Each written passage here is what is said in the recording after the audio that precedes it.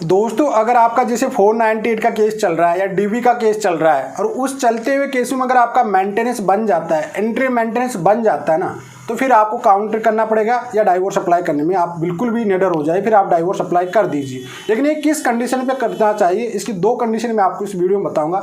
Video छोटा भी होगा लेकिन काफ़ी महत्वपूर्ण होगा, वीडियो को एंड तक जरूर देखना। इंस्टाग्राम पर अगर आपने फॉलो नहीं किया, इंस्टाग्राम का लिंक डिस्क्रिप्शन में मिलेगा, इंस्टाग्राम जरूर फॉलो कर लेना।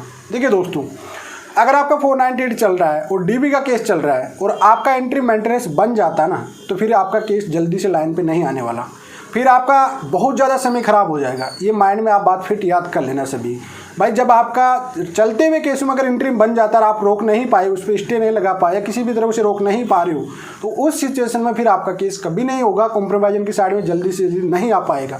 तो उसके लिए आपको काउंटर करना ही पड़ेगा, कोई ना कोई काउंटर। तो अब काउंटर में काफ़ी आ जाती है सिविल डिफेमेशन में। जैसे कोई अगर आपके नाम निकल चुके हैं, चार्जशीट बन चुकी है, कोर्ट में जा चुका है, जिनके नाम निकले हैं परिवार वालों के, उनकी तरफ से आप डिफेमेशन का केस करा सकते हो काउंटर केस में, उसके बेस पे भी आप, ठीक है। अदर केस भी काफ़ी केसेज आते हैं, उनमें आप करा सकते हो, काउंटर करना पड़ेगा आपको उसमें। तलाक अगर आपको रखना है तो तलाक भी अप्लाई कर सकते हो आप लोग उस टाइम में। फिर आप मत सोचिए फिर आपको लॉस हो रहा बेनिफिट होगा, ये चीज़ मत सोचिए।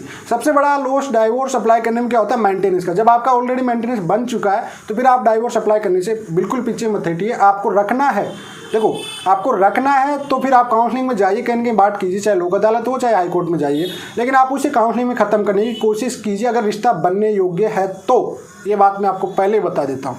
लेकिन अगर आपका रिश्ता बनने योग्य नहीं है और फुल एंड फाइनली आपका डिसीजन ये है कि वो पार्टनर भी नहीं रहना चाहता, मैं भी बिल्कुल नहीं रहना चाहता, फिर आप डाइवोर्स अप्लाई कर दीजिए।